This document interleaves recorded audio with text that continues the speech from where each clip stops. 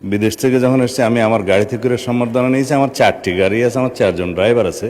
খুব একটা গরিব মানুষ না আমি। কি একটু 274-এর 1 মিনিট কথা বলতে পারবো যদি আপনি হ্যাঁ, বলতে পারবেন। মাননীয় মন্ত্রী, জি। সর্বশেষে উনি একটি প্রস্তাব দিয়েছেন, এক সংসদীয় টাস্ক ফোর্স গঠনের কথা বলেছেন।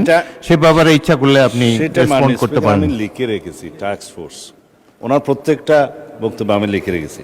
তিনি বলেছেন তো যে হৃদয়ের কথা বলিতে ব্যাকুল, আমরাও শুধু আইল না কেহ বলবো না, আমরাও শুনিতে চাইছি। মানে স্পিকার 274 হচ্ছে আমাদের মাননীয় সংসদ সদস্য নাজিবুর রহমান সাহেব। I appreciate his sense of humour. উনি বলেছেন যে স্বরাষ্ট্রমন্ত্রী এক ব্যক্তির গাড়িতে চড়ে সম্বর্ধনা নিয়েছেন। স্বরাষ্ট্রমন্ত্রী কোনো ব্যক্তির গাড়িতে চড়ে সম্বর্ধনা নেয়নি। মানে স্পিকার এটা একটু এক্সপান্স কর ফর ইউর। স্বরাষ্ট্রমন্ত্রী যখন ছিলাম না তখন আমি সালাউদ্দিন আমাদের স্থায়ী কমিটির সদস্য ছিলাম। বিদেশ থেকে যখন এসেছি আমি আমার গাড়িতে করে সম্বর্ধনা নিয়েছি। আমার 4টি গাড়ি আছে, আমার 4জন ড্রাইভার আছে। খুব একটা গরিব মানুষ না। কক্সেস বাজার যখন আমি গিয়েছি লক্ষ লোকের সমাবেশ হয়েছিল, কোনো গাড়ি বিমানবন্দরে তেমন ঢোকার সুযোগ হয়নি। অনেক লোকের মাইক্রোবাস জিপ টিপ ছিল, একটাতে উঠলাম, ওটাতে কেউ উঠতে দিল না মাইক্রোবাস, আরেকটাতে উঠলাম, আরেকটাতে 5 নম্বর গিয়ে বলে যে এটাতে উঠে। পরে দেখা গেলো সেটা একটা কোনো ব্যক্তির নামে না, 17-18 বছর আগের গাড়ি। সেটা ট্রান্সফার হয়েছে যার নামে, সেই ব্যক্তি আমার এলাকায় বাড়ি। সে আগ্রহ করে বললো এখানে ওঠেন।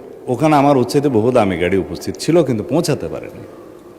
সেটা আমি জনগণের সামনে, দেশবাসীর সামনে তারপরেও দুঃখ প্রকাশ বলেছি এটা আমার ভুল হয়েছে যে আমি অন্য কোনো গাড়িতে উঠতে যেয়ে এই গাড়িতে আমার সমর্থকরা উঠিয়েছে, এবং সেটা কোনো ব্যক্তির নামে গাড়ি না।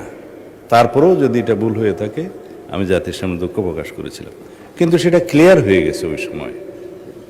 সেটা একটা পুরাতন ইস্যু, এবং সেটা আমার মনে হয় মানে স্পিকার আপনি এক্সপান্স করতে পারেন, এটা আমার অনুরোধ। তবে তার সেন্স অফ হিউমারকে আমি আগামীবারও স্বাগত জানাবো। এভাবেই পার্লামেন্টে উইট করা দরকার। মাননীয় বিরোধী দলের নেতা বসে চলে গেলেন কেন জানি না, ওনার উদ্দেশ্যে অনেক কথা বলার ছিল।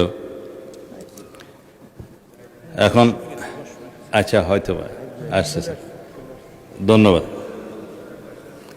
আমি আজকের পার্লামেন্টে দাঁড়িয়ে চিন্তা করছি এইরকম একটা পার্লামেন্ট দেখার জন্য সারা জাতি অপেক্ষা করছে কিনা।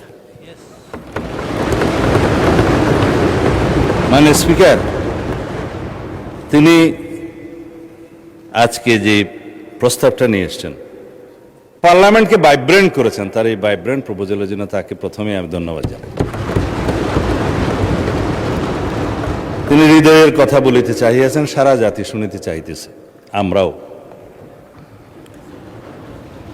তিনি মাননীয় বিরোধী দলের নেতা হিসেবে আজকে বক্তব্য না রেখে একজন জাতীয় নেতা হিসেবে বক্তব্য রেখেছেন।